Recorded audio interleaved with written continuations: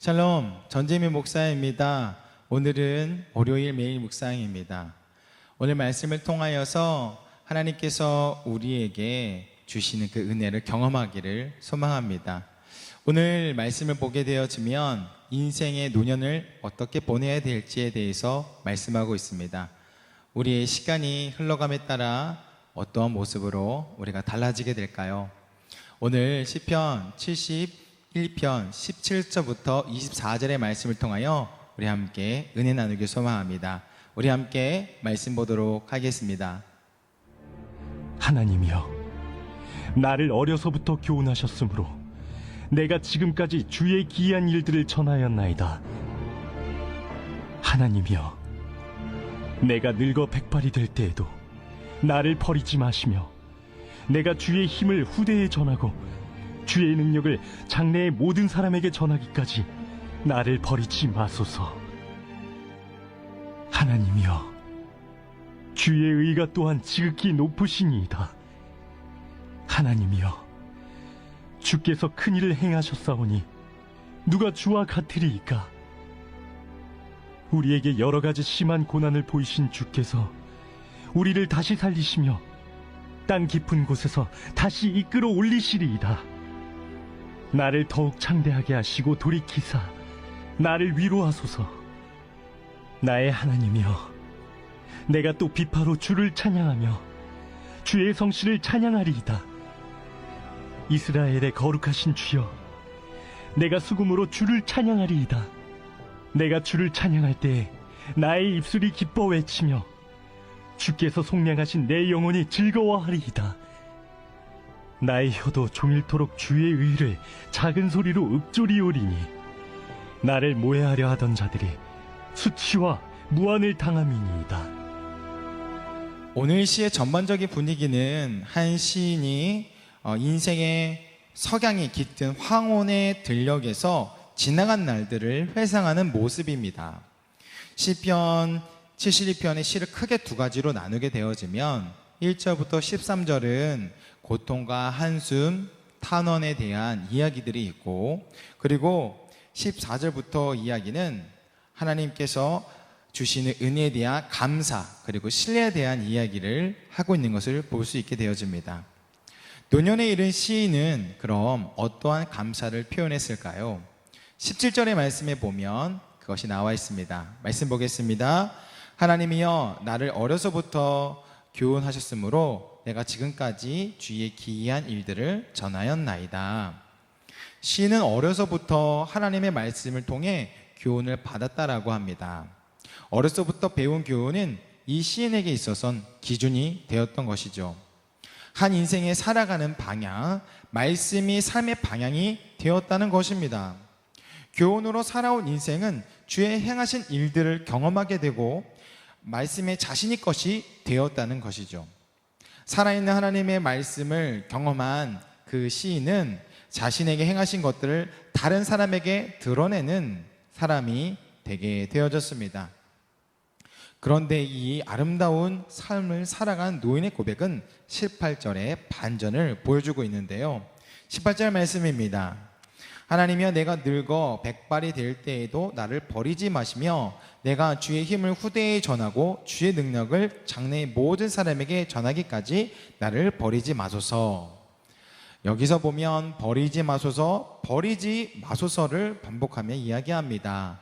그 전의 이야기에서는 하나님께서 기이한 일들을 행하셨고 그로 인해서 기뻐했고 감사했는데, 여기서는 갑자기 버리지 말라는 것은 어떤 의미가 있을까요? 저는 이 말씀에 생각하면서 하나님께서 버리시는 분일까라고 생각해 보았습니다. 하지만 성경 전체에서는 하나님은 사람을 쉽게 버리는 분이 아니시고 오히려 참으시며 그리고 구원해내시는 분이셨습니다. 하나님께서는 버리신다는 의도를 우리에게 그것을 가지고 다가오지 않으십니다. 그럼 이것은 무엇일까?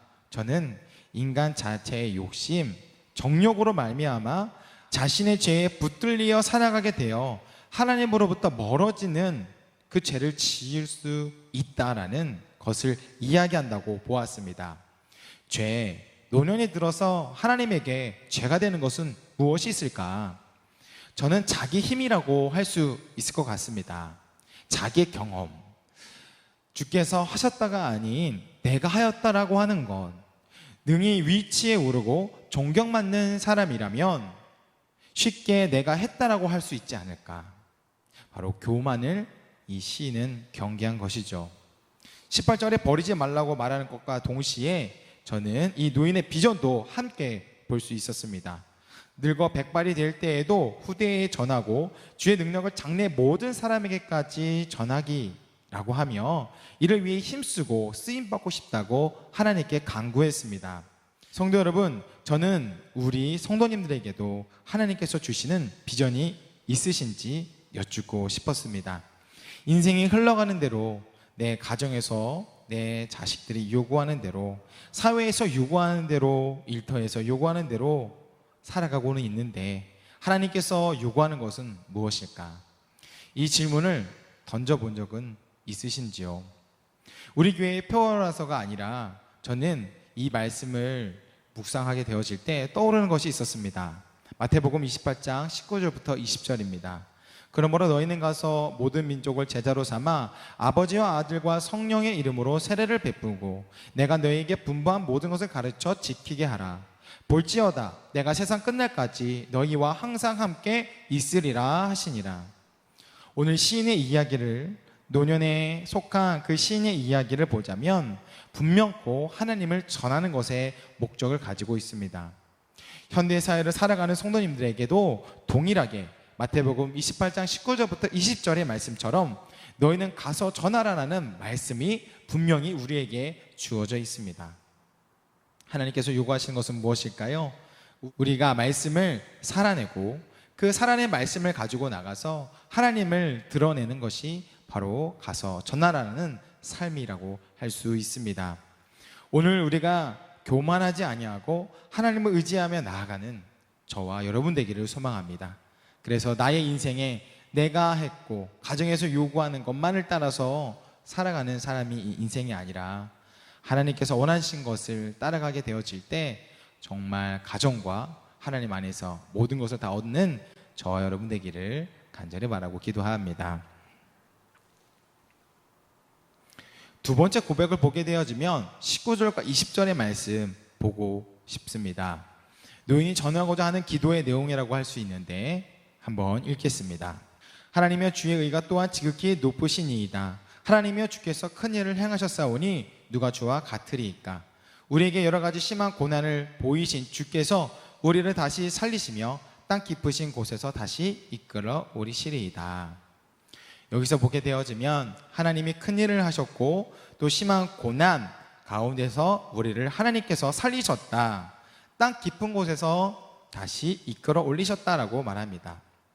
저는 여기서 땅 깊은 곳이 무엇일까 궁금했습니다. 거기 보게 되어지면 무적행 아비소스라고 해서 죽음과 같은 심한 고난과 고초를 경험했다라고 할 수 있습니다. 그런데 거기서 큰 하나님을 만나고 고통 속에서 회복시켜 주시는 하나님을 만났다라는 것입니다. 바로 이 내용이 시인이 전하고 싶었던 내용이지요. 저는 이것을 보게 되어지면서 성경의 전체 구조가 생각이 났습니다. 창조주이신 하나님, 그리고 선악과로 말미암아 범죄한 인류 다시 회복시켜 나아가시는 하나님. 창조와 죄와 회복, 이 역사를 그대로 이 노인이 자신의 삶에서 경험하였던 것이죠. 저는 이것을 보게 되어지면서 오늘날 우리가 하나님을 전하고자 할 때 바로 이러한 관점을 가지고 오늘날에도 복음을 전하는 것을 볼 수가 있습니다. 내가 예수님이 어떤 분인지 이야기를 하고 내가 예수님 믿기 전과 예수님 믿은 후에 이야기를 전하게 되어지면서 자신의 인생에 간섭하시고 개입하신 하나님의 큰 은혜가 어떤 건지 이야기할 수 있는 것을 오늘날 우리가 준비해야 되지 않을까 생각하게 되어집니다. 사랑하는 성도 여러분, 오늘 나에게 주신 그 큰 은혜를 정리해 나가시면서 하나님의 그 은혜를 전할 수 있는 저와 여러분 되기를 소망하고 기도합니다. 마지막 세 번째로는 시인은 말하는데 하나님을 찬양한다고 합니다. 22절과 24절입니다. 나의 하나님이여 내가 또 비파로 주를 찬양하며 주의 성실을 찬양하리이다. 이스라엘의 거룩하신 주여 내가 수금으로 주를 찬양하리이다. 나의 혀도 종일토록 주의 의를 작은 소리로 읊조리오리니 나를 모해하려 하던 자들이 수치와 무한을 당함이니이다. 하나님을 찬양하는데 비파와 수금을 악기를 통해서 하나님을 찬양하고 혀로 종일토록 주의 의를 읊조린다고 말하고 있습니다. 저는 누인이 하나님을 향하여 악기를 연주할 수 있구나라는 것이 생각되어졌을 때 하나님을 향하여서 연주할 수 있는 악기 실력이 나는 갖추고 있는가 생각해 보게 되어졌습니다. 또 하나는 하나님을 찬양하고 싶어서 이 작은 소리로 찬양하는 것, 조용한 공간, 나만의 그 시간 속에서 하나님께 진심 어린 고백을 하는 그것이 나에게 있는지 되돌아보게 되어졌습니다. 사랑하는 성도 여러분께서도 정말 나의 시간 속에서 하나님을 찬양하시고 또 내가 악기를 잘 다룰 줄 안다면 악기를 통하여서 하나님을 향하여 하나님께 영광 올려드리는 그런 시간이 있기를 간절히 바라고 소망합니다. 하나님을 찬양할 수 있는 것 우리에게 특권입니다. 그 은혜가 오늘 이 시간 있기를 간절히 바라고 우리 성도님들 오늘 하루 하나님의 은혜로 살아갈 수 있기를 간절히 바라며 기도합니다.